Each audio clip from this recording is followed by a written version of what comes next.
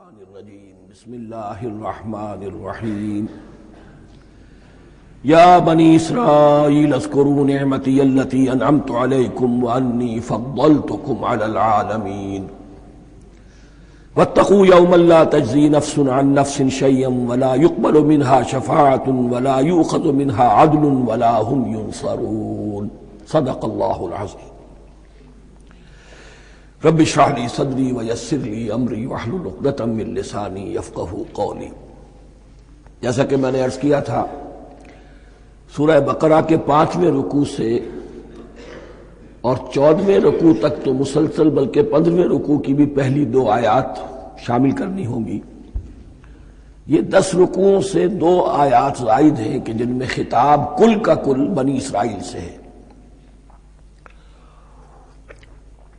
البتہ اس میں یہ فرق ہے کہ پہلا رکوع جو ہے وہ ان کو دعوت پر مشتمل ہے، نبی اکرم صلی اللہ علیہ وسلم پر ایمان لانے کی پرزور دعوت۔ بقیہ یہ 9 رکوع جو ہیں یہ ان پر فرد قرارداد جرم ہے جو عائد کی جا رہی ہے۔ ہم نے تمہارے ساتھ یہ احسان و اکرام کیا، تم پر یہ فضل کیا، یہ کرم کیا، تمہیں یہ حیثیت دی، تمہیں یہ مقام دیا، تم نے اس طور سے اپنے اس مشن کی خلاف ورزی کی، اپنے مقام اور مرتبے کو چھوڑ کر اور دنیا پرستی اختیار کی۔ یہ جو 9 رکوع ہیں ان میں بنی اسرائیل کی تاریخ کا تو یوں سمجھیے کہ ایک بہت بڑا حصہ اور نمایاں اس کے فیچرز آئیں گے، لیکن یہ سمجھ لیجئے کہ اصل میں یہ امت مسلمہ کو بھی ایک پیشگی تنبیہ ہے کہ کوئی مسلمان امت جب بگڑتی ہے تو یہ چیزیں اس میں آ جاتی ہیں۔ چنانچہ احادیث موجود ہیں حضور کی، لَيَأْتِيَنَّ عَلَىٰ أُمَّتِي مَا أَتَىٰ عَلَىٰ بَنِي إِسْرَائِيلَ حَزْوَ النَّعْلِ بِالنَّعْلِ، میری امت پر بھی وہ سب حالات وارد ہوں گے جو بنی اسرائیل پر آئے، بالکل ایسے جیسے ایک جوتی دوسری جوتی سے مشابہ ہوتی ہے۔ ایک اور حدیث میں فرمایا لَتَتَّبِعُنَّ سُنَنَ مَنْ قَبْلِكُمْ، تم لازماً اپنے سے پہلوں کی پیروی کرو گے۔ اور اس میں اس حد تک بھی آپ نے وضاحت کر دی کہ اگر وہ سابق امت مسلمہ، سابق امت، اگر وہ گوہ کے بل میں گھسی تھی تم بھی گھسو گے، اور اگر ان میں کوئی بدبخت ایسا اٹھا جس نے اپنی ماں سے زنا کیا تو تم میں سے بھی کوئی شقی ایسا ضرور اٹھے گا جو یہ حرکت کرے گا۔ اس اعتبار سے ان رکوعوں کو پڑھتے ہوئے یہ نہ سمجھیے یہ اگلوں کی داستان ہے، پچھلوں کی کہانیاں ہیں، نہیں۔ خوش طرح باشد کے سر دل براں، گفت آیت در حدیث دیگراں، یہ ہمارے لیے ایک آئینہ ہے اور ہمیں ہر مرحلے پر سوچنا ہوگا، دروں بینی کرنی ہوگی، انٹروسپیکشن، کہ کہیں اسی گمراہی میں ہم مبتلا تو نہیں۔ دیکھتے جائیے گا۔ دوسرا نقطہ پہلے سے یہ سمجھ لیجئے، یہ جو 2 آیتیں میں نے 6 رکوع کی تلاوت کی ہیں، بعین ہی یہی 2 آیتیں 15ویں رکوع میں آئیں گی، اور اس کو یوں سمجھیے کہ یہ 2 بریکٹس ہیں۔ 9 رکوعوں کا مضمون ان 2 بریکٹس کے درمیان ہے۔ یہ 2 آیتیں یہاں سے بریکٹ شروع ہو رہی ہیں، وہ 2 آیتیں ان پر بریکٹ ختم ہو رہی ہیں، بعین ہی وہی آیات۔ ایک آیت میں تو شوشے کا بھی فرق نہیں، دوسری آیت میں صرف ترتیب بدلی ہے، مضمون وہی ہے۔ اس کے مابین جو کچھ ہے، اس سے باہر یہ جو 5واں رکوع تھا، اس کے مضامین گویا کہ ضرب کھا رہے ہیں بریکٹ کے اندر کے سارے مضامین سے۔ یہ حساب کا بہت ہی عام فہم سا قاعدہ ہے، بریکٹ کے باہر کوئی رقم لکھی ہوئی ہے جس کے بعد کوئی زبر، کوئی جمع یا تفریق اگر نہیں ہے تو وہ ضرب کھائے گی، بریکٹ کے اندر جتنی بھی ویلیوز ہیں ان کے ساتھ ضرب کھائے گی۔ تو گویا کہ ہر قدم پر حضور پر دعوت، ایمان لانے کی دعوت اس پورے معاملے میں موجود ہے، اس لیے کہ اس میں بعض آیتیں ایسی آ گئی ہیں، ایک زیادہ نمایاں ایک کم نمایاں، جن سے کچھ لوگوں کو مغالطہ ہوا یا کچھ لوگوں نے فتنہ پیدا کیا جان بوجھ کر۔ یہ فتنہ ایک بار پیدا ہوا تھا اکبر کے زمانے میں، دین الہی کی شکل میں، کہ صرف خدا کو مان لینا، آخرت کو مان لینا اور نیک اعمال کرنا نجات کے لیے کافی ہے، کسی رسول پر ایمان لانا ضروری نہیں ہے۔ یہ صوفیہ میں بھی یہ فتنہ بہت بڑے پیمانے پر آیا. مسجد مندر ہکڑو نور، مسجد میں اور مندر میں ایک ہی نور ہے، سب مذاہب ایک ہی ہے. سارا فرق جو ہے شریعتوں کا ہے، عبادت کی ظاہری شکل کا ہے، وہ ہے رسولوں سے متعلق. رسولوں کو بیچ میں سے نکال دیجئے تو یہ دین الہی رہ جائے گا، اللہ کا دین. اتنا بڑا فتنہ تھا کہ جب ہندوستان میں سیاسی اعتبار سے، حکومت کے اعتبار سے مسلمانوں کا اقتدار چوٹی پر تھا، کلائمیکس پر، اکبر اعظم، اس وقت یہ دین الہی کا فتنہ اٹھا کہ دین محمدی کا اب دور ختم ہو گیا. وہ 1000 سال کے لیے تھا، 1000 سال پورے ہو گئے، اب الف ثانی ہے، دوسرا 1000 سال ہے، اس کے لیے نیا دین ہے. اسے دین اکبری بھی کہا گیا اور دین الہی بھی کہا گیا. اور اس میں ایک آیت آئے گی جس سے استدلال کیا ہے کچھ لوگوں نے. اس صدی میں پھر یہ فتنہ اٹھا تھا گاندھی کے فلسفے کے ذریعے سے، اور ایک بہت بڑا نابغہ انسان مسلمانوں میں سے، بہت بڑا نابغہ، جینیس، ابوالکلام آزاد، وہ بھی اس فتنے کا شکار ہو گیا. متحدہ قومیت. چنانچہ گاندھی اپنی پرارتھنا میں کچھ قرآن کی تلاوت بھی کراتا تھا، کچھ گیتا بھی پڑھواتا تھا، کچھ اپنشدوں سے، کچھ بائبل سے، کچھ گرو گرنتھ سے. معلوم ہو یہ سب ٹھیک ہے، سب ایک ہے، سب لوگوں کو ایک ہونا چاہیے، ایک قوم ہونا چاہیے. مذہب تو انفرادی معاملہ ہے، کوئی مسجد میں چلا جائے، کوئی مندر میں چلا جائے، گردوارے میں چلا جائے، کوئی چرچ میں چلا جائے، کوئی سینیگاگ میں چلا جائے، کیا فرق واقع ہوتا. اس کا توڑ یہی ہے کہ سمجھ لیجئے یہ جو 7 آیتیں ہیں 5ویں رکوع کی، یہ ہے بریکٹ کے باہر، اور یہ ضرب کھا رہی ہے مسلسل. اس بریکٹوں کے درمیان جتنی بھی مضمون آ رہا ہے وہ سب ان کے تابع ہوگا. گویا کہ جہاں تک حضور پر ایمان لانے کا معاملہ ہے وہ انڈرسٹوڈ سمجھا جائے گا، مقدر سمجھا جائے گا ہر مرحلے پر ان 2 بریکٹوں کے مابین. اب چلیے بسم اللہ. یا بنی اسرائیل اذکروا نعمتی التی انعمت علیکم وانی فضلتکم علی العالمین. اے اسرائیل کی اولاد، یاد کرو میرے اس انعام کو جو تم پر ہوا، اس کی وضاحت میں کر چکا ہوں. لیکن یہاں جو الفاظ آ رہے ہیں بہت زوردار. وانی فضلتکم علی العالمین.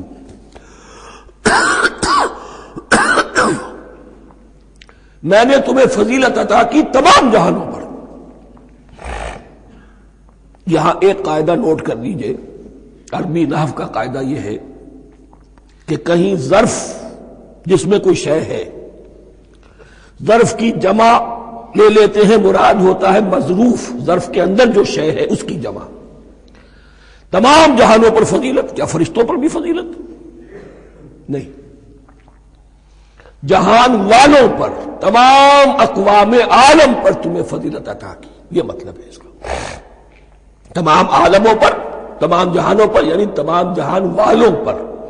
اس انسان عالم انسانیت کے اندر جتنے بھی مختلف گروہ ہیں، نسلیں ہیں، طبقات ہیں، ان میں فضیلت عطا کی.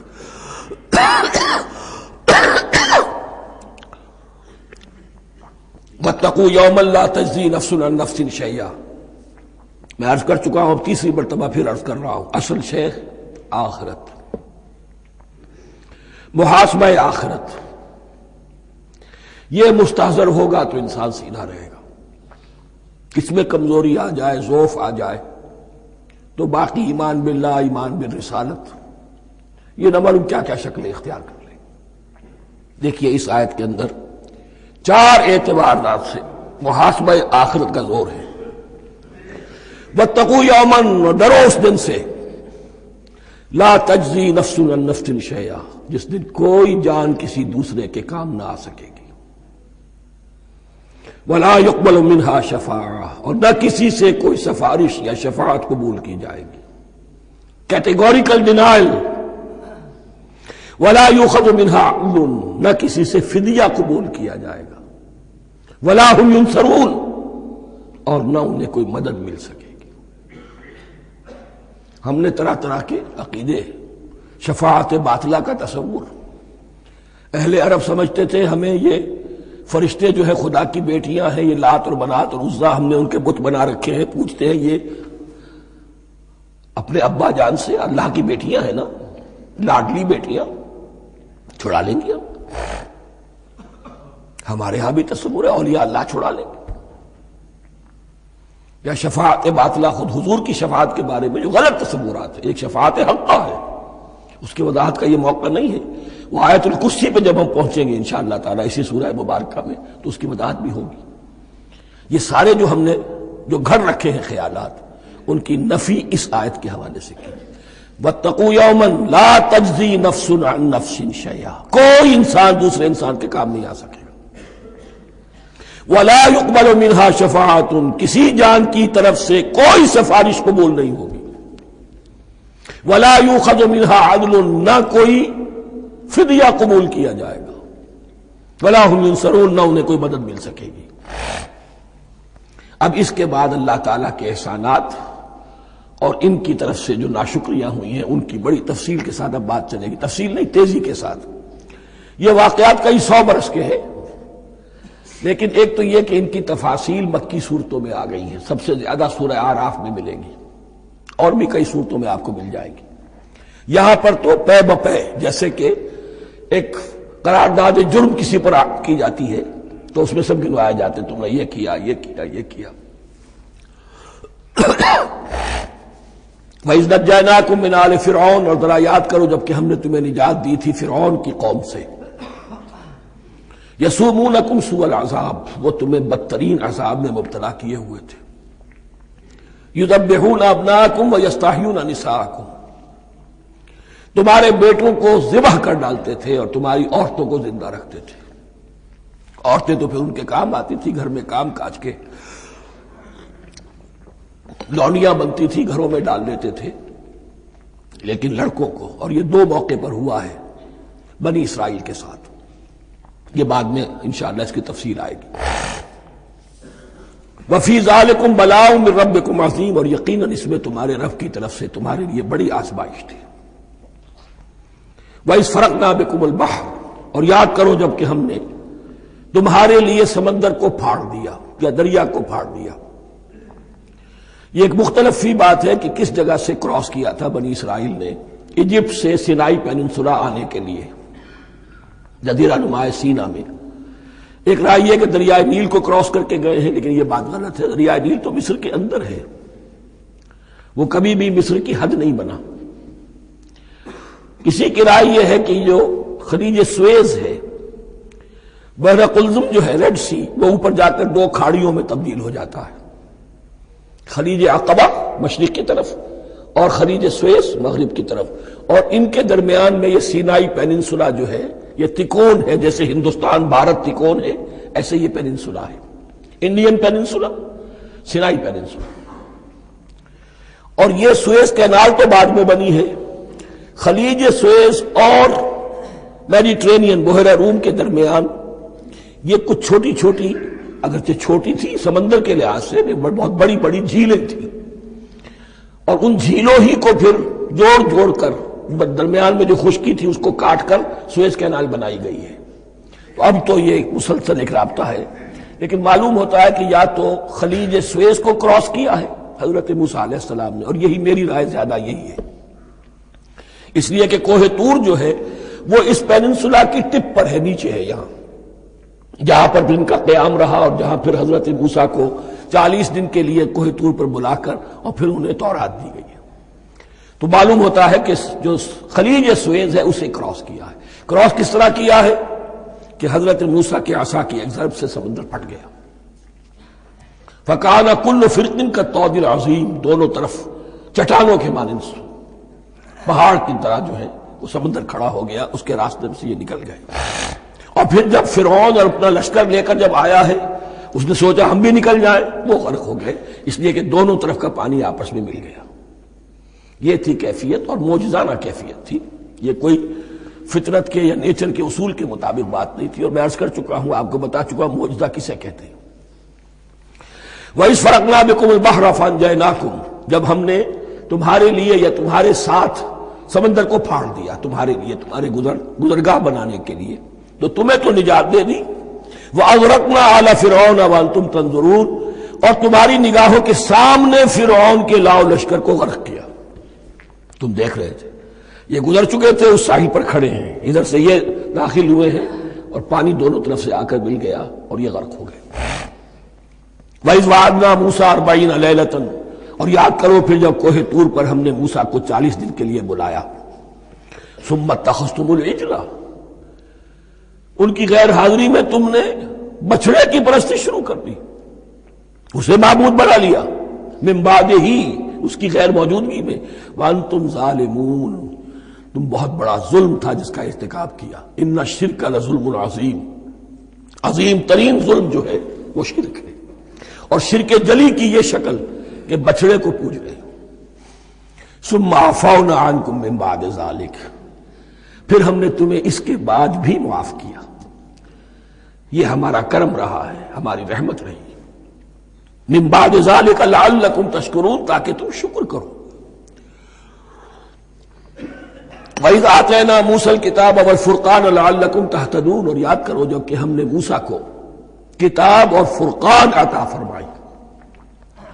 یہ فرقان حق اور باطل کے درمیان فرق کر دینے والی چیز، اور کتاب عام طور پر جو آتا ہے وہ شریعت کے لیے آتا ہے، شریعت بھی دی، کتاب بھی دی اور فرقان بھی دیا، لعلکم تہتدون، تاکہ تم ہدایت پاؤ۔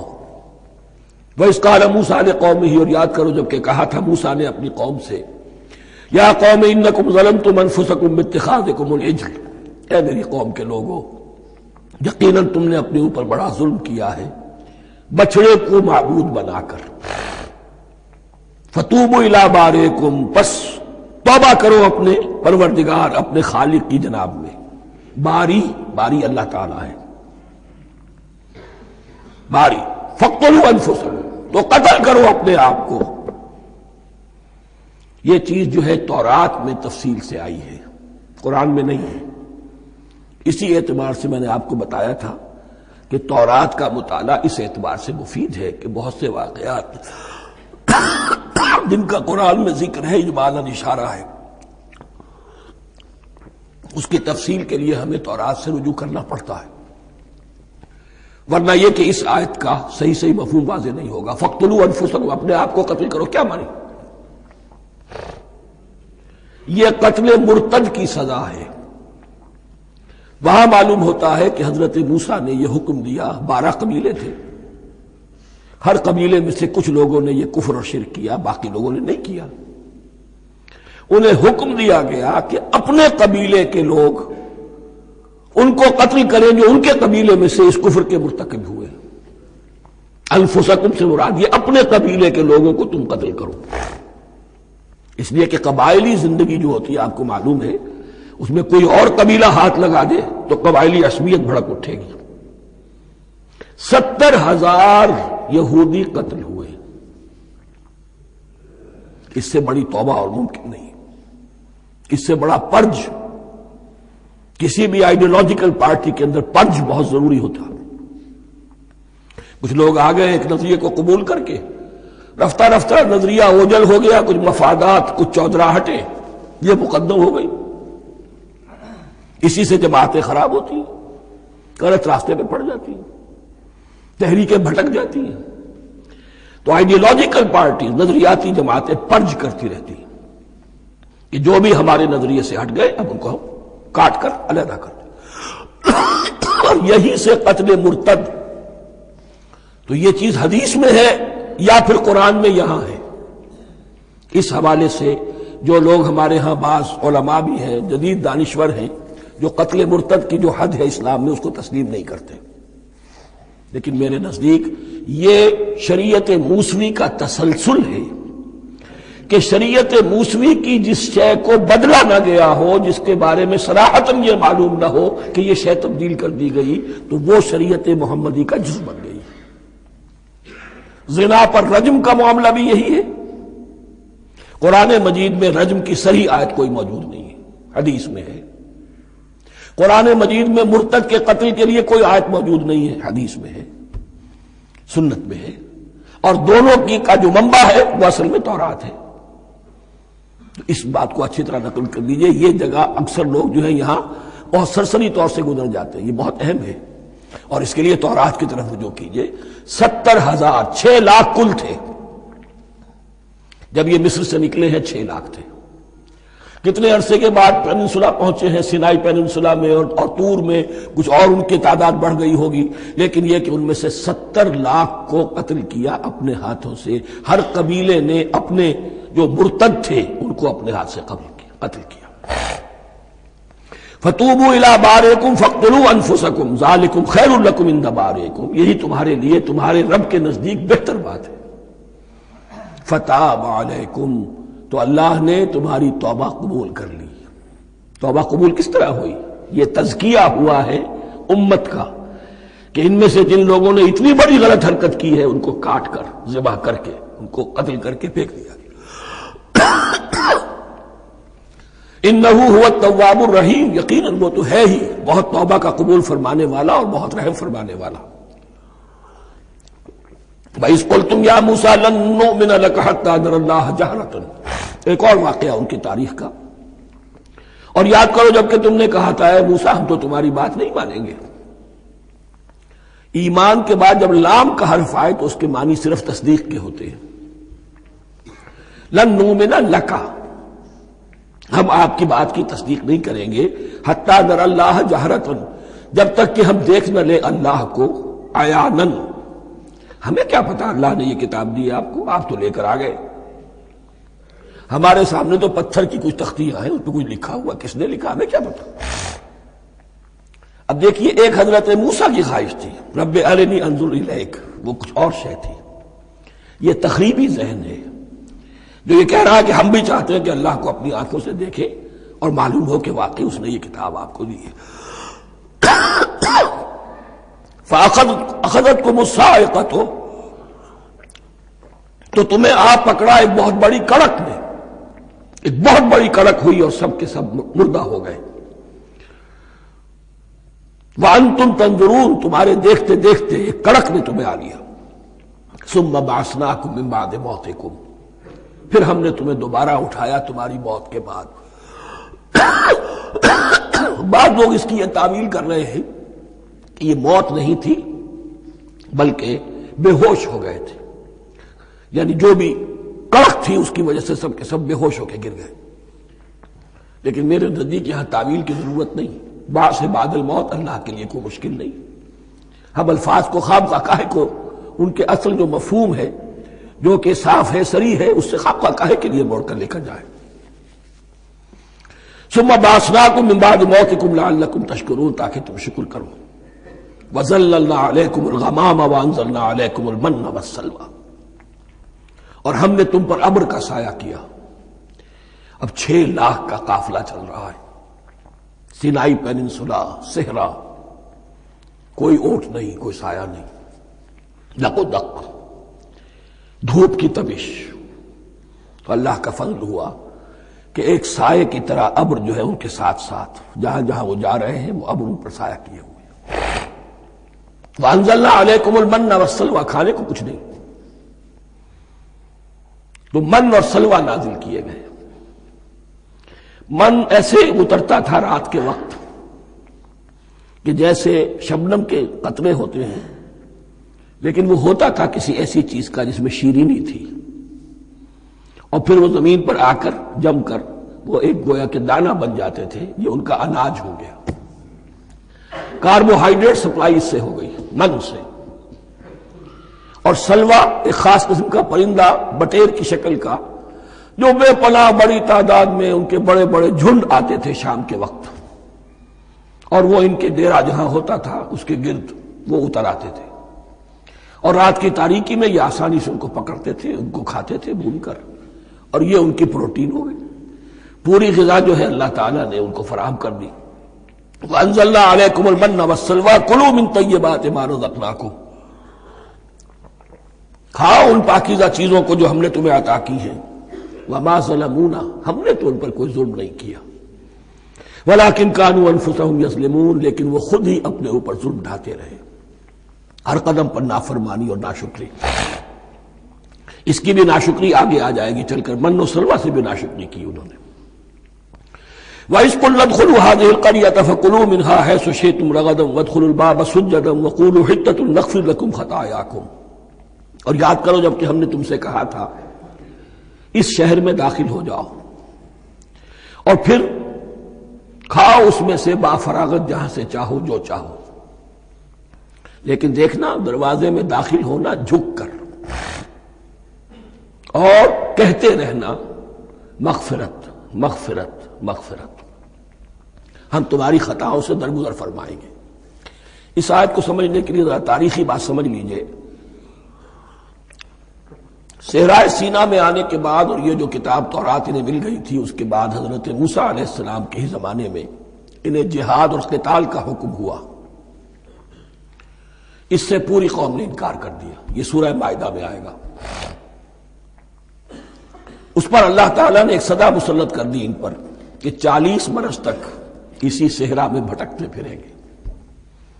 اگر یہ ابھی قتال کرتے، جہاد کرتے، تو پورا فلسطین ان کے ہاتھ پر ابھی فتح کرا دیتے، لیکن چونکہ انہوں نے بزدلی دکھائی ہے، اب سزا یہ ہے فَإِنَّهَا مُحَرَّمَةٌ عَلَيْهِمْ 40 سَنَةً يَتِيهُونَ فِي الْأَرْضِ، اب 40 برس تک یہ اسی صحرا میں بھٹکتے پھریں گے، اور ارض فلسطین جو ان کے لیے ارض موعود تھی وہ ان پر حرام کر دی گئی 40 سال کے لیے۔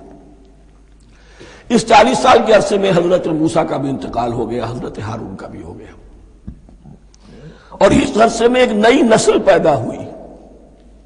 وہ جو غلامی کا داغ اٹھائے ہوئی نسل آئی تھی مصر سے، جن کے اندر مورل کیریکٹر جو ہے وہ بہت کمزور ہو جاتا ہے، غلامی کا یہ اثر ہوتا ہے،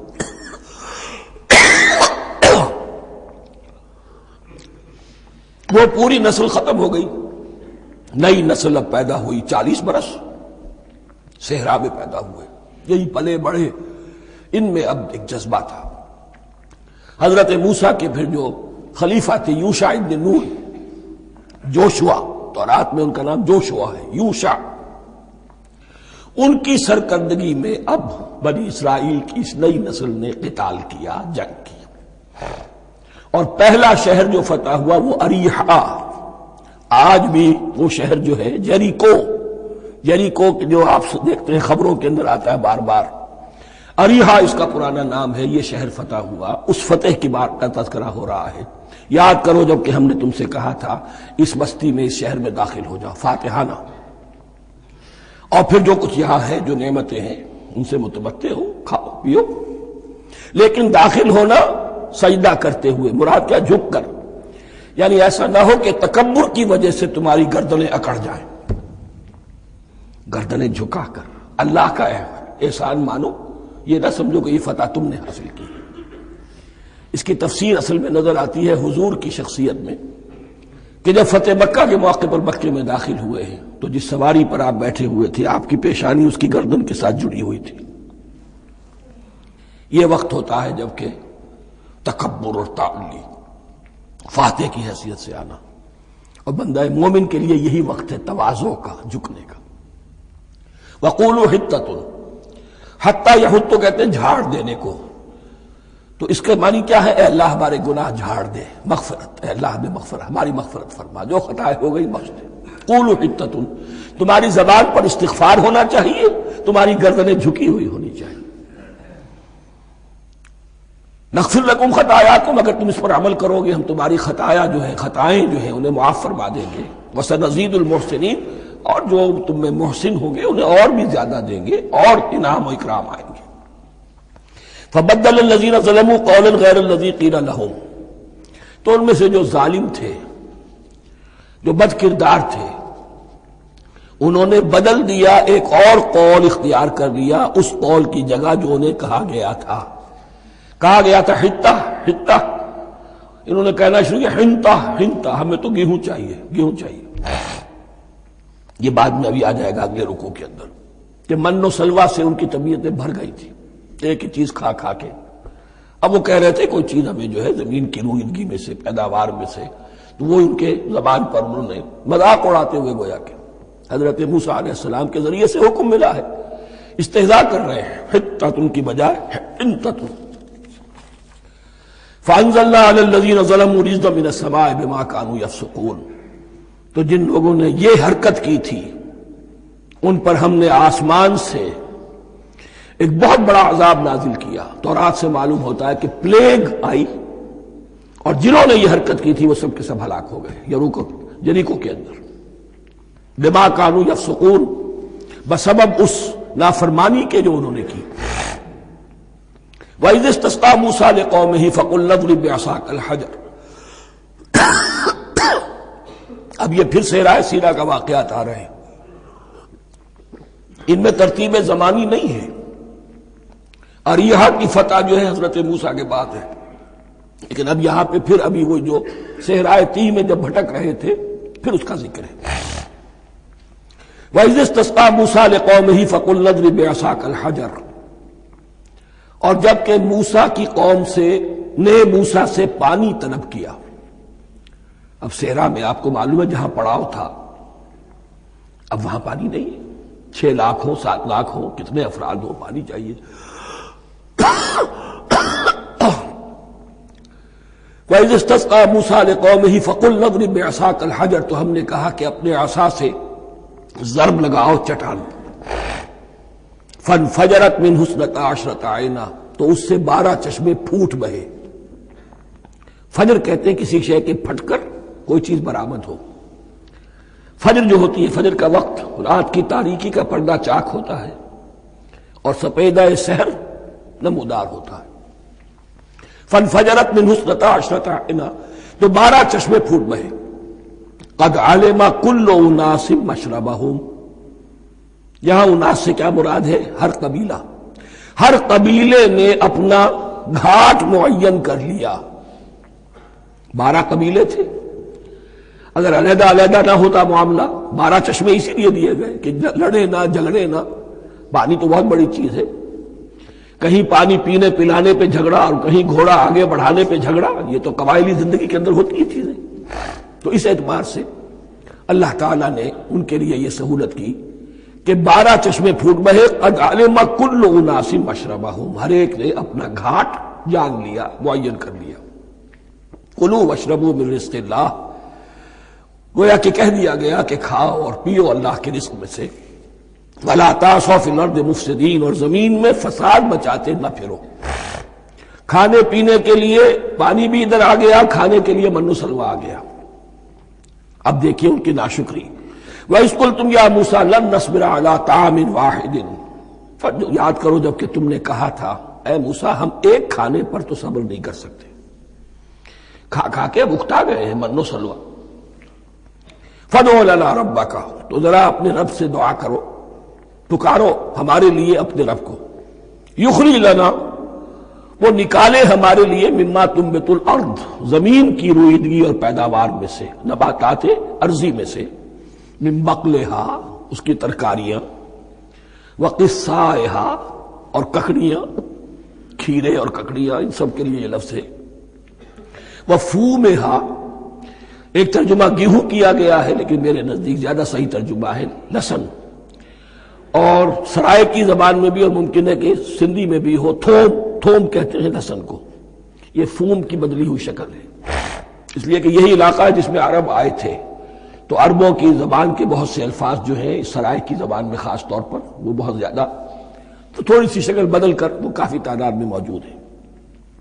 وعدسہا، اور دال خاص طور پر مسور کی، وبصلہا، اور پیاز۔ اب جو چٹخارے جس سے بنتے ہیں سالن کے، ان کی زبانیں وہ چٹخارے مانگ رہی۔ ظاہر بات ہے کہ اگر وہ سلوا بھی تھا، بٹیرا ہے، اسے آگ کے اوپر ذرا سا تپایا اور کھایا، وہ ایک ہی خاص قسم کی غذا ہے جو چل رہی ہے۔ اسی طرح من جو ہے وہ ایک خاص قسم کا سیریل ان کے لیے بن گیا ہے۔ لیکن یہ جو چٹخارے ہیں یہ تو لہسن سے ہے، پیاز سے ہے، ترکاریوں سے ہے، ان تمام چیزوں سے، دال کا اپنا ایک ذائقہ ہے۔ قَالَ تَسْتَبْدِلُونَ الَّذِي هُوَ أَدْنَىٰ بِالَّذِي هُوَ خَيْرٌ، حضرت موسیٰ نے فرمایا کیا تم وہ شے بدلے میں لینا چاہتے ہو اس کے، کیا وہ شے جو کمتر ہے بدلے میں چاہتے ہو اس کے کہ جو بہتر ہے؟ من و سلوہ کہیں بہتر ہے اللہ کی طرف سے جو تمہیں دیا گیا ہے، تم اس سے تمہارا جی بھر گیا ہے، اس کو ہاتھ سے دے کر چاہتے ہو کہ یہ ادنا چیزیں تمہیں ملے۔ اہبطوا مصرا، اب یہ لفظ آ گیا اہبطوا۔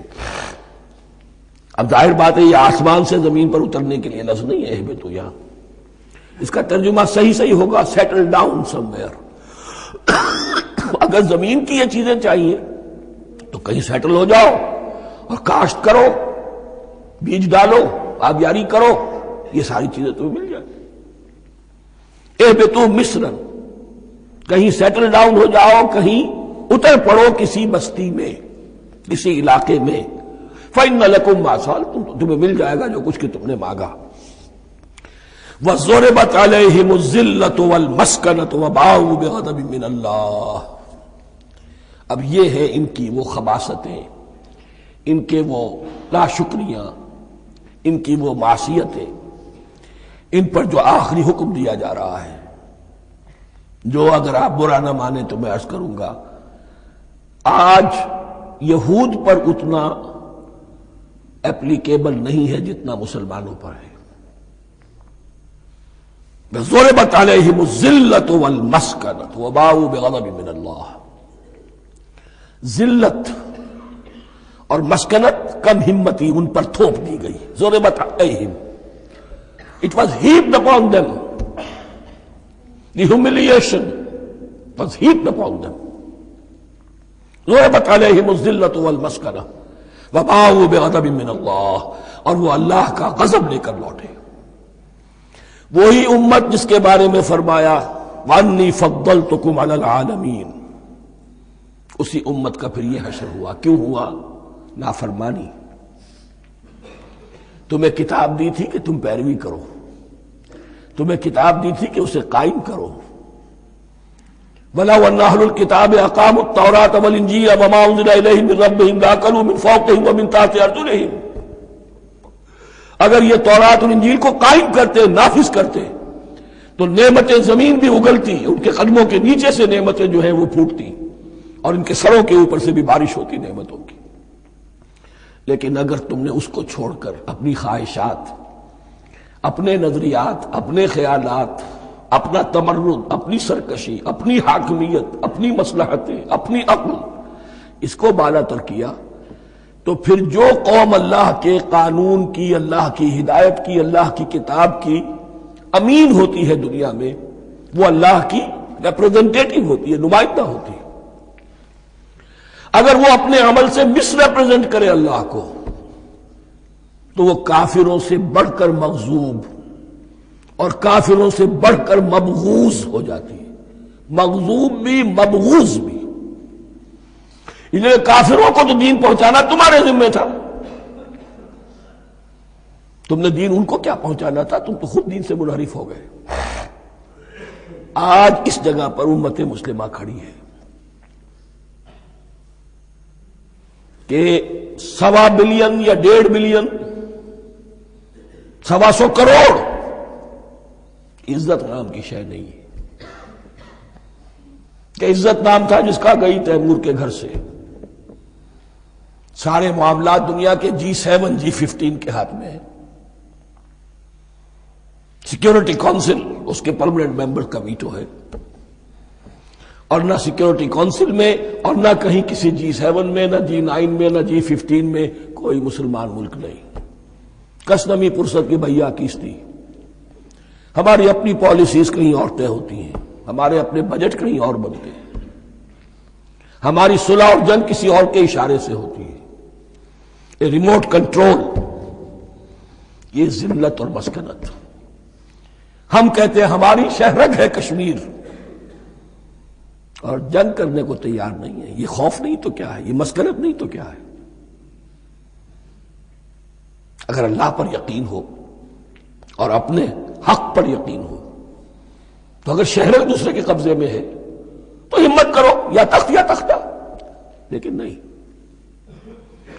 آپ کے ریڈیو پر، ٹیلی ویژن پر خبریں آتی رہیں کہ اتنی مسلمانوں کے ساتھ یہ کر دیا، اتنی مسلمان عورتوں کی بے حرمتی کر دی، لیکن یہاں ہم بیٹھے ہوئے اپنے اپنے دھندوں میں، اپنے اپنے کاروبار میں، اپنی اپنی ملازمتوں میں، اپنے اپنے کیریئرز میں، دنیا میں کیا کچھ ہو رہا ہے۔ بہرحال اس وقت یہ جو ہے، میں نے جیسا کہ عرض کیا تھا کہ یہ ہے تاریخ بنی اسرائیل کی، لیکن خوشترا باشد کے سر دل براں، گفت آیت در حدیث دیگراں، یہ ہمارا نقشہ ہے آج اس آیت میں۔ ضربت علیہم الذلۃ والمسکنۃ وباؤوا بغضب من اللہ، اور یہ کیوں؟ ذالک بانہم کانوا یکفرون بآیات اللہ، یہ اس لیے کہ وہ اللہ کی آیات کا انکار کرتے رہے، وَيَقْتُلُونَ النَّبِيِّينَ بِغَيْرِ الْحَقِّ، اللہ کے نبیوں کو ناحق قتل کرتے رہے۔ ہمارے ہاں بھی مجددین امت میں سے کتنے ہیں جو جیلوں میں ڈالے گئے، جن کو ایسی ایسی مار پڑی ہے کہ کہا جاتا ہے کہ ہاتھی کو بھی وہ مار پڑتی تو برداشت نہ کرتا۔ احمد ابن حنبل کے ساتھ کیا ہوا؟ ابو حنیفہ جیل میں انتقال کیا، امام مالک کے کندھے کھینچ دیے گئے، اتار دیے گئے، منہ کالا کر کے اور اونٹ پر بٹھا کر پھرایا گیا۔ امام دار الہجرہ شیخ احمد سرہندی جیل میں رہے، سید احمد بریلوی اور ان کے ساتھیوں کو خود مسلمانوں نے تہہ تیغ کیا ہے۔ بہرحال یہ داستانیں ہیں، اب نبی تو کوئی نہیں آئے گا، ان کے ہاں نبی تھے، ہمارے ہاں مجددین ہیں، علماء حق ہیں، جیسے کہ حدیث بھی ہے علماء امتی کا انبیاء بنی اسرائیل، تو جو انہوں نے انبیاء کے ساتھ کیا ہم نے مجددین اور علماء کے ساتھ کیا۔ ذالک بما عصوا وکانوا یعتدون، اور یہ ہوا ان کی نافرمانیوں کی وجہ سے اور حد سے تجاوز کرنے کی وجہ سے۔ اللہ تعالیٰ تو ظالم نہیں، اللہ نے تو اونچا مقام دیا تھا، ہمیں بھی خیر امت قرار دیا، کنتم خیر امت اخرجت للناس تأمرون بالمعروف وتنہون عن المنکر وتؤمنون باللہ۔ اب اگر ہم نے وہ اپنا مشن چھوڑ دیا تو ذلت اور مسکنت وہ ہمارا مقدر بن گئی۔ اللہ کا قانون اور اللہ کا عدل بے لاگ ہے، وہ فرام امہ ٹو امہ چینج نہیں ہوتا۔ سنت اللہ جو ہے لن تجد لسنت اللہ تحویلا ولن تجد لسنت اللہ تبدیلا، اللہ کی سنت بدلتی نہیں۔ بنی اسرائیل کا جو حشر ہوا آج وہ ہمارا ہو رہا ہے۔ بہرحال اس پر میری جو کتاب ہے سابق اور موجودہ مسلمان امتوں کا ماضی حال اور مستقبل، اس کا مطالعہ کیجیے۔ اب آ گئی وہ آیت کہ جس سے استدلال کیا گیا ہے کہ ایمان بالرسالت نجات کے لیے ضروری نہیں ہے۔ ان الذین آمنوا والذین ہادوا والنصارى والصابئین من آمن باللہ والیوم الآخر وعمل صالحا فلہم اجرہم عند ربہم ولا خوف علیہم ولا ہم یحزنون۔ یقیناً جو لوگ ایمان لائے، اور اس سے مراد ہے جو ایمان لائے حضور پر، محمد پر صلی اللہ علیہ وسلم، والذین ہادوا، اور جو یہودی ہو گئے، والنصارى، اور نصرانی، والصابئین، اور صابی وہ لوگ تھے عراق کے علاقے میں رہتے تھے جو کہتے تھے کہ ہم دین ابراہیمی پر ہیں، لیکن ان کے ہاں بھی بہت کچھ بگڑ گیا تھا، جیسے حضرت ابراہیم کی نسل، حضرت اسماعیل کی نسل بگڑ گئی تھی تو اس طرح وہ بھی بگڑ گئے تھے۔ ستارہ پرستی زیادہ تر ان کے ہاں تھی۔ من آمن باللہ والیوم الآخر، جو کوئی بھی ایمان لایا اللہ پر اور یوم آخر پر، وعمل صالحا، اور اس نے عمل کیے اچھے، فلہم اجرہم عند ربہم، تو ان کے لیے محفوظ ہے ان کا اجر ان کے رب کے پاس، ولا خوف علیہم ولا ہم یحزنون، اور نہ ان پر کوئی خوف ہوگا اور نہ وہ کسی حزن سے دوچار ہوں گے۔ ظاہر الفاظ کے اعتبار سے دیکھیے کہ یہاں ایمان بالرسالت کا ذکر نہیں ہے۔ ویسے تو اگر کوئی اس سے یہ غلط استدلال کرتا ہے تو اس کا پہلا جو اصولی جواب ہے وہ تو یہ ہے کہ ایسی حدیثیں بھی موجود ہیں، من قال لا الہ الا اللہ دخل الجنہ، تو اس کے کیا معنی ہے؟ صرف کہنے سے جنت میں داخل ہو جائیں گے، کسی عمل کی ضرورت نہیں؟ جواب یہ دیا جائے گا پورے قرآن کو سامنے رکھو، پورے حدیث کے ذخیرے کو سامنے رکھو، کسی ایک جگہ سے کوئی ایک نتیجہ نکال لینا وہ صحیح نہیں۔ لیکن اس کے علاوہ وہ اصول جو میں بیان کر چکا ہوں کہ یہ سلسلہ شروع کہاں سے ہوا ہے، 5واں رکوع، وآمنوا بما انزلت مصدقا لما معكم ولا تكونوا اول كافر به، انہیں ایمان کی زوردار دعوت سے تو یہ ساری بات شروع ہوئی ہے۔ اب فصاحت اور بلاغت کا یہ تقاضا ہے کہ بار بار اس کو دہرایا نہ جائے، وہ بات انڈرسٹوڈ رہے گی، مقدر رہے گی، سمجھی جائے گی کہ ہر جگہ پر وہ موجود ہے، اس لیے کہ ساری گفتگو ہو رہی ہے اسی کے حوالے سے۔ وآمنوا بما انزلت مصدقا لما معكم ولا تكونوا اول كافر به ولا تشتروا بآياتي ثمنا قليلا وإياي فاتقون۔ اس حوالے سے یوں سمجھیے اب اس آیت کو کہ یہاں پر کچھ الفاظ محذوف مانے جائیں گے.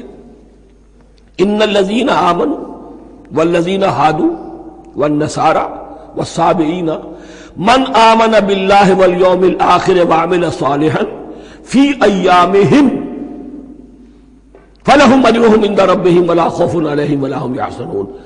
ہر دور میں جبکہ ابھی حضرت عیسیٰ نہیں آئے تھے تو جو بھی یہودی تھے اس وقت تک حضرت موسیٰ کے ماننے والے، وہ جو بھی اللہ پر ایمان رکھتے تھے اور نیک عمل کرتے تھے، آخرت کو مانتے تھے، ان کی نجات ہو جائے گی.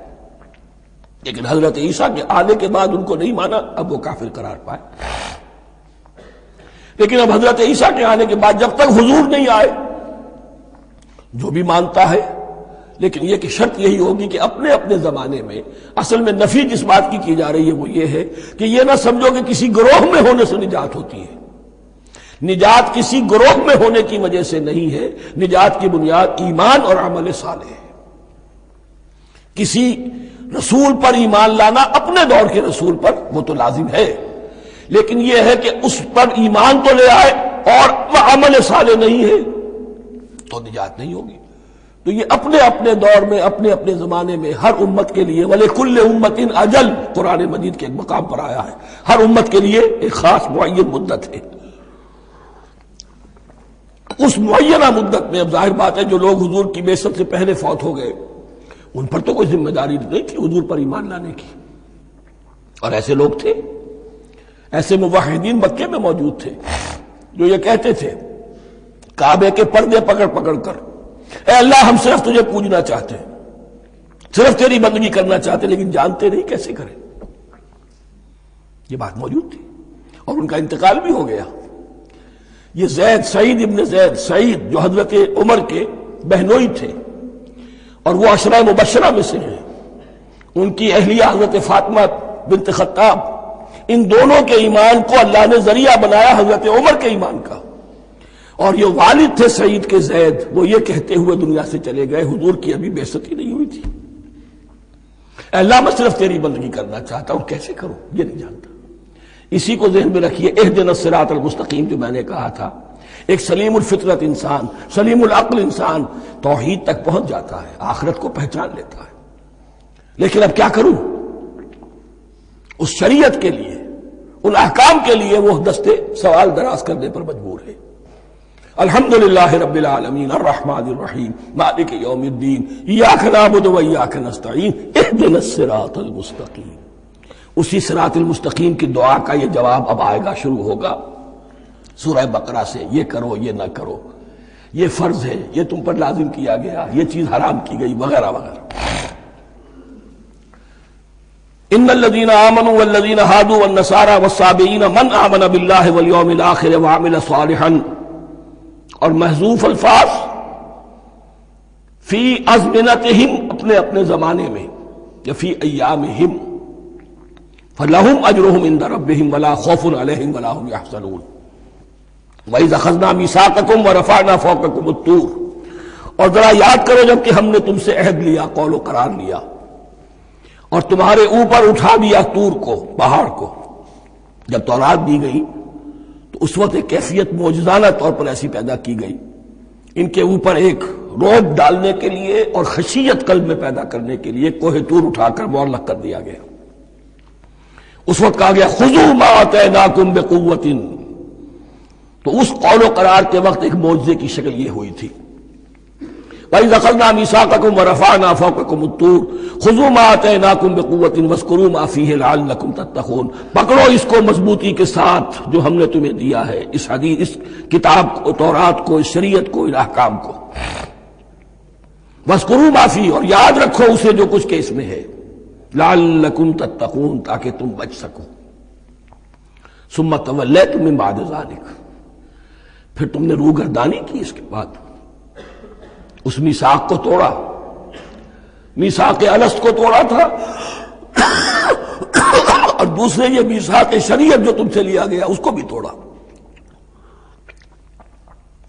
ثم تولیتم من بعد ذلک فلولا فضل اللہ علیکم ورحمتہ لکنتم من الخاسرین.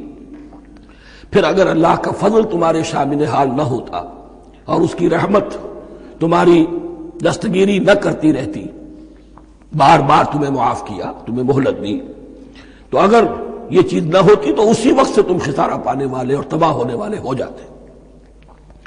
وَلَقَدْ عَلِمْتُمُ الَّذِينَ اعْتَدَوْا مِنْكُمْ فِي السَّبْتِ، اور تمہیں خوب معلوم ہے تم میں سے وہ لوگ جنہوں نے سبت کے قانون کو توڑا، حد سے تجاوز کیا۔ یہ واقعہ تفصیل کے ساتھ سورہ اعراف میں آئے گا کہ ان کی شریعت میں ہفتے کا روز معین کر دیا گیا تھا، کوئی دنیاوی کام نہیں ہوگا۔ آج بھی وہ لوگ جو ہے سبت کو، جو بھی پریکٹسنگ جیوز ہیں، وہ اس کی پابندی کرتے ہیں اور بڑی شدت سے کرتے ہیں۔ لیکن ایک زمانے میں ایک خاص ان کا قبیلہ تھا کہ جس نے ایک بڑے ہی شرعی ہیلہ ایجاد کر کے اس قانون کی دھجیاں بکھیری۔ تفصیل ہم پڑھیں گے سورہ اعراف میں۔ وَلَقَدْ عَلِمْتُمُ الَّذِينَ اعْتَدَوْا مِنْكُمْ فِي السَّبْتِ، اور تمہارے علم میں ہے تمہارے وہ لوگ کہ جنہوں نے سبت کے قانون کے ضمن میں خلاف ورزی کی۔ فَقُلْنَا لَهُمْ كُونُوا قِرَدَةً خَاسِئِينَ، تو ہم نے کہہ دیا ان کو کہ ہو جاؤ ذلیل بندر۔ ان کی شکلیں بس کر دی گئی، انہیں بندروں کی شکل میں تبدیل کر دیا گیا۔ فَجَعَلْنَاهَا نَكَالًا لِمَا بَيْنَ يَدَيْهَا، پھر ہم نے اس واقعے کو یا اس بستی کو ایک بنا دیا مثال، لوگوں کے لیے ان کی عبرت کے سامان بنا دیا، ان کے لیے بھی جو سامنے موجود تھے اس زمانے کے لوگ، اور ان کے لیے بھی جو بعد میں آنے والے تھے۔ وَمَوْعِظَةً لِّلْمُتَّقِينَ، اور اسے ایک نصیحت، ایک سبق آموزی کی بات بنا دیا اہل تقویٰ کے لیے۔ وَإِذْ قَالَ مُوسَىٰ لِقَوْمِهِ إِنَّ اللَّهَ يَأْمُرُكُمْ أَن تَذْبَحُوا بَقَرَةً، اور یاد کرو جب کہ موسیٰ نے اپنی قوم سے کہا یقیناً اللہ تمہیں حکم دیتا ہے کہ گائے کو ذبح کرو۔ یہ واقعہ میں پہلے آپ کو بتا دوں، پھر ہم یہ آیات تیزی سے پڑھ لیں گے۔ بنی اسرائیل میں ایک شخص قتل ہو گیا، عامیل نامی، اور قاتل کا پتہ نہیں چل رہا تھا۔ اللہ تعالیٰ نے حضرت موسیٰ کے ذریعے سے انہیں حکم دیا کہ ایک گائے کو ذبح کرو، اور اس کے جسم کے ایک ٹکڑے سے اس مردے کو چھوؤ، وہ جی اٹھے گا اور وہ بتا دے گا میرا قاتل کون ہے۔ اب یہ کہ یہ معجزات کی شکل ہے جو بار بار آ رہے ہیں، اور سابق اس امت کے اندر معجزات کا آپ کو بہت عمل دخل ملے گا۔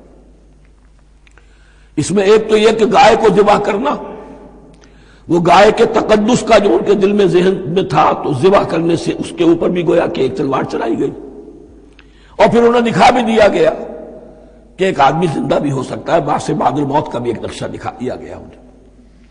لیکن انہیں جب یہ حکم ملا اور ان کے دلوں کے اندر وہ بچڑے کی اور گائے کی تقدیس جو ہے وہ پلی ہوئی تھی، اب انہوں نے سوال کر کے کسی طریقے سے بچنے کے لیے مین میخ نکالی، کیسی گائے ہو، کیا رنگ ہو، کس طرح کی ہو، کس عمر کی ہو۔ بالآخر یہ کہ جب ہر طرف سے گھیراؤ ان کا ہو گیا اور سب چیزیں جو ہیں ان کے سامنے واضح کر دی گئیں، تب انہوں نے یوں سمجھیے چاروں ناچار بادل ناخواستہ اس حکم پر عمل کیا۔ بس اب ترجمہ کر لیجئے۔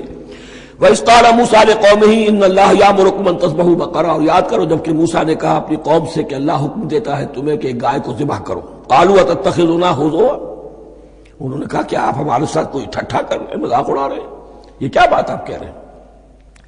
قَالَ أَعُوذُ بِاللَّهِ أَنْ أَكُونَ مِنَ الْجَاهِلِينَ، فرمایا میں اللہ کی پناہ طلب کرتا ہوں اس سے کہ میں جاہلوں میں سے ہو جاؤں، کہ میں ان دین کے معاملات کے اندر استہزاء اور تمسخر کو شامل کر دوں۔ قالوا ادع لنا ربك يبين لنا ما هي، اب انہوں نے کہا اچھا ایسی بات ہے تو ذرا اپنے رب سے دعا کیجئے کہ وہ ہم پر واضح کر دے کہ وہ کیسی ہو۔ قال انه يقول، حضرت موسیٰ نے فرمایا اللہ تعالیٰ فرماتا ہے انها بقرة لا فارض ولا بکر، وہ ایک ایسی گائے ہونی چاہیے کہ جو نہ بوڑھی ہو نہ بالکل بچھیا ہو، عوان بین ذالک، ان کے بین بین ہو۔ فَفَعَلُوا مَا تُؤْمَرُونَ، تو اب کر گزرو جو تمہیں حکم دیا گیا۔ قَالُوا ادْعُ لَنَا رَبَّكَ يُبَيِّن لَنَا مَا لَوْنُهَا، اب انہوں نے پھر کہا ذرا ایک دفعہ اور دعا کیجئے اپنے رب سے وہ ہمیں بتا دے اس کا رنگ کیسا ہونا چاہیے۔ قَالَ إِنَّهُ يَقُولُ إِنَّهَا بَقَرَةٌ صَفْرَاءُ فَاقِعٌ لَوْنُهَا تَسُرُّ النَّاظِرِينَ، فرمایا اللہ فرماتا ہے کہ وہ گائے ایسی ہونی چاہیے زرد رنگ، شوخ رنگ، شوخ زرد رنگ کی، چمکیلی، جو دیکھنے والوں کو خوب اچھی لگے، پسند آئے، دل میں کھپ جانے والی۔ اب جو زیادہ سے زیادہ ان کے ہاں مقدس سمجھے جاتے تھی گائے، رفتہ رفتہ سوال کر کے اگر پہلے ہی حکم پر وہ کر دیتے تو کسی بھی گائے کو ذبح کر دیتے، لیکن یہاں گھیراؤ ان کا ہو رہا ہے کہ جس کی تقدس کا ان کے ذہن میں زیادہ سے زیادہ تاثر ہے اسی کو واضح کیا جائے۔ قالوا ادع لنا ربک یبین لنا ما ہی، پھر انہوں نے کہا ذرا اللہ سے دعا کیجئے اور وہ ہمیں یہ بتائے کہ وہ کیسی ہو۔ ان البقرہ تشابہ علینا، یقیناً ہم کچھ شبہ میں پڑ گئے ہیں، یہ گائے کا معاملہ مشتبہ ہو گیا ہے ہم پر۔ قال انہ یقول، فرمایا اللہ فرماتا ہے انہا بقرۃ لا ذلول تثیر الارض ولا تسقی الحرث، وہ ایک ایسی گائے ہونی چاہیے کہ جو کوئی جس سے مشقت نہ لی جاتی ہو، نہ وہ ہل جوتتی ہو اور نہ وہ رہٹ کا پانی کھینچتی ہو۔ تسیر الارض، نہ تو وہ زمین کو جوتنے میں ہل چلانے میں کام نہیں لی جائے، ولا تسقی الحرث، اور نہ کھیتی کو پانی پلانے کے لیے وہ پانی کھینچنے میں استعمال کیا جائے۔ مسلمتن، اور پوری سالم ہونی چاہیے، یک رنگ، لا شیۃ فیہا، اس میں کسی دوسرے رنگ کا کوئی داغ تک نہ ہو۔ اب کیا کرتے، گھیراؤ میں آ گئے۔ قالوا الآن جئت بالحق، کہا انہوں نے کہ ٹھیک ہے اب تو آپ نے بات جو ہے پوری طریقے سے واضح کر دی۔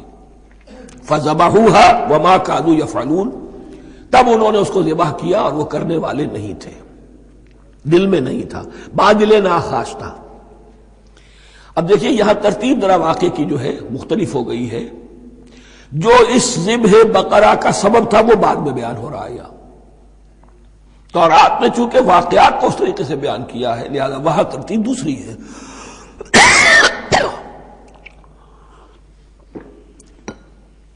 وَإِذْ قَتَلْتُمْ نَفْسًا فَادَّارَأْتُمْ فِيهَا، اور یاد کرو جب کہ تم نے ایک جان کو قتل کیا تھا اور اس کا الزام تم ایک دوسرے پر لگا رہے تھے، یعنی کسی کا پتہ نہیں چل رہا تھا قاتل کون ہے۔ وَاللَّهُ مُخْرِجٌ مَا كُنتُمْ تَكْتُمُونَ، اور اللہ تعالیٰ فیصلہ کر چکا تھا کہ جو کچھ تم چھپا رہے ہو اسے نکال کر رہے گا، واضح کرے گا۔ فَقُلْ اضْرِبُوهُ بِبَعْضِهَا، تو ہم نے حکم دیا کہ اس کی لاش کو اس گائے کے ایک ٹکڑے سے، اس کے جسم کے ایک حصے سے ضرب لگاؤ۔ كَذَلِكَ يُحْيِي اللَّهُ الْمَوْتَىٰ، اور دیکھو اس طریقے سے اللہ مردوں کو زندہ کر دے گا۔ تھوڑی دیر کے لیے وہ زندہ ہوا اور اس نے اپنے قاتل کا نام بتا دیا۔ وَيُرِيكُمْ آيَاتِهِ لَعَلَّكُمْ تَعْقِلُونَ، اور وہ تمہیں دکھاتا ہے اپنی آیات تاکہ تم عقل سے کام لو۔ اب جو الفاظ آ رہے ہیں بہت سخت ہیں، بہت سخت ہیں، لیکن ان کو پڑھتے ہوئے درون بینی ضرور کیجیے گا، اپنے اندر جھانکیے گا۔ ثُمَّ قَسَتْ قُلُوبُكُمْ، پھر تمہارے دل سخت ہو گئے جب دین میں ہیلے بہانے نکالے جانے لگے اور ہیلوں بہانوں کے ذریعے سے شریعت کے احکام سے بچا جائے، اللہ کو دھوکہ دینے کی کوشش کی جائے، اس کا جو نتیجہ نکلتا ہے وہ دل کی سختی۔ ثم قست قلوبکم، پھر تمہارے دل سخت ہو گئے۔ فہی کالحجارۃ او اشد قسوہ، تو وہ تو اب پتھروں کے مانند ہیں بلکہ سختی میں ان سے بھی زیادہ شدید ہے۔ یہ ویسے بھی فصاحت اور بلاغت کا بھی بڑا ایک عمدہ مقام ہے قرآن کا۔ وَإِنَّ مِنَ الْحِجَارَةِ لَمَا يَتَفَجَّرُ مِنْهُ الْأَنْهَارُ، پتھروں میں سے تو ایسے بھی ہوتے ہیں جن میں سے چشمے پھوٹ بہتے ہیں۔ وَإِنَّ مِنْهَا لَمَا يَشَقَّقُ فَيَخْرُجُ مِنْهُ الْمَاءُ، اور ایسے بھی ہیں جو شق ہو جاتے ہیں، پتھر چٹانیں، ان میں سے پانی برآمد ہو جاتا ہے۔ وَإِنَّ مِنْهَا لَمَا يَهْبِطُ مِنْ خَشْيَةِ اللَّهِ، اور ان میں وہ بھی ہوتے ہیں جو اللہ کے خوف سے گر پڑتے ہیں۔ وَمَا اللَّهُ بِغَافِلٍ عَمَّا تَعْمَلُونَ، اور اللہ تعالیٰ غافل نہیں ہے اس سے کہ جو تم کر رہے ہو۔ یہ کیفیت جو ہے ثُمَّ قَسَتْ قُلُوبُكُمْ فَهِيَ كَالْحِجَارَةِ وَأَشَدُّ قَسْوَةً، ہے کون؟ یا بنی اسرائیل اذکروا نعمتی التي انعمت علیکم وانی فضلتکم علی العالمین، جن پر 1400 برس ایسے گزرے کہ کوئی لمحہ ایسا نہ تھا کہ نبی موجود نہ ہو، جنہیں 3 کتابیں دی گئیں، لیکن یہ کہ اپنی بدعملی، عقائد میں بھی مین بیخ کر کے اپنے آپ کو بچانے کے راستے نکال لینا، اعمال میں بھی ہیلوں کے ذریعے سے، کتاب الحیل کے ذریعے سے اپنے آپ کو ذمہ داریوں سے مبرہ کر لینا، اس کا نتیجہ پھر یہ نکلتا ہے۔ اللہ تعالیٰ مجھے اور آپ کو اس انجام بد سے بجائے۔ بارک اللہ لی ولکم فی القرآن العظیم ونفعنی وإیاکم بالآیات والذکر الحکیم۔